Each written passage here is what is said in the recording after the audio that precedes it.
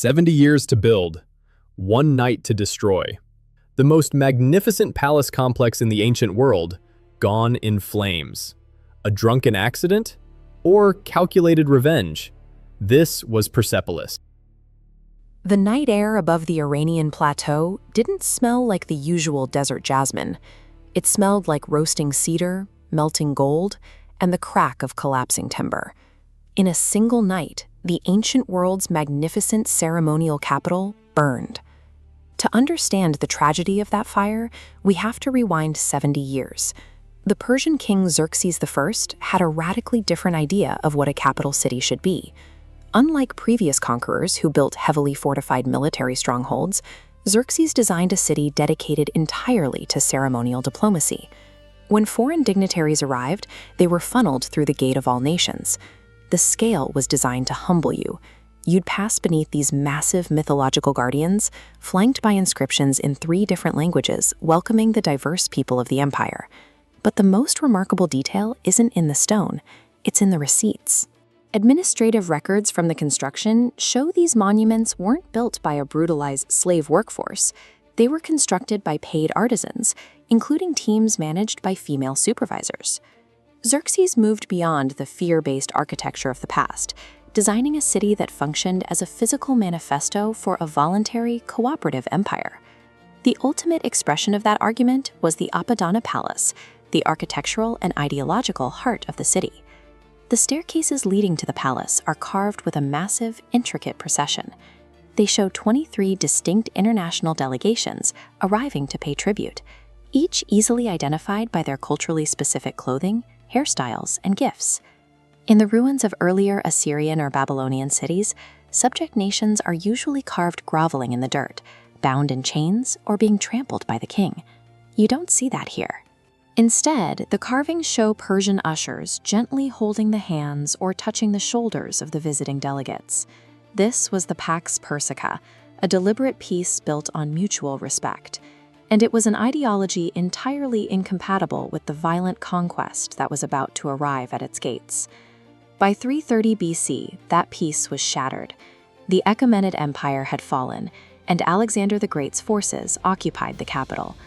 Before any fires started, the Macedonians spent weeks meticulously emptying the city's treasuries. They had total operational control, treating the site as a massive logistical extraction project. This chart illustrates the sheer scale of the plunder. Alexander's army seized roughly 120,000 talents of gold and silver. To put that in perspective, Athens, the wealthiest Greek city-state, generated barely 1,000 talents a year. It took thousands of mules and camels just to haul the loot away. With the wealth secured, the army held a massive victory banquet. One dominant historical account claims that as the night wore on and the wine flowed, an Athenian courtesan named Thais encouraged the drunken soldiers to set the city ablaze as revenge for earlier Persian campaigns in Greece. But other historians suspect a much colder calculus. The fire may have been a sober, deliberate political act to permanently break Persian morale and formally erase the old regime. Whether it was a drunken accident or a calculated strike, the spark caught, and it brought a violent, definitive end to the Achaemenid era. Modern scientific forensics reveal a physical footprint of the destruction that extends far beyond the accounts found in classical texts. Looking at this archaeological map, researchers identified where the inferno reached its absolute peak. The most intense heat was in the Hadish, marked in green, and the 100-column hall, in pink. Their massive cedar roofs collapsed inward, trapping heat and creating an extreme thermal oven. The heat was so severe that it triggered a violent chemical reaction in the architecture itself. The limestone columns underwent a process known as calcination. This permanently stripped the surface of the ancient gray stone, causing molecular destruction and transforming it into brittle, white quicklime. The chemical signatures left in the stone confirm an intense apocalyptic thermal event, capable of chemically dismantling the empire's foundation. The morning after, the classical accounts tell us Alexander walked through the smoldering ruins and felt profound regret for what he had let happen.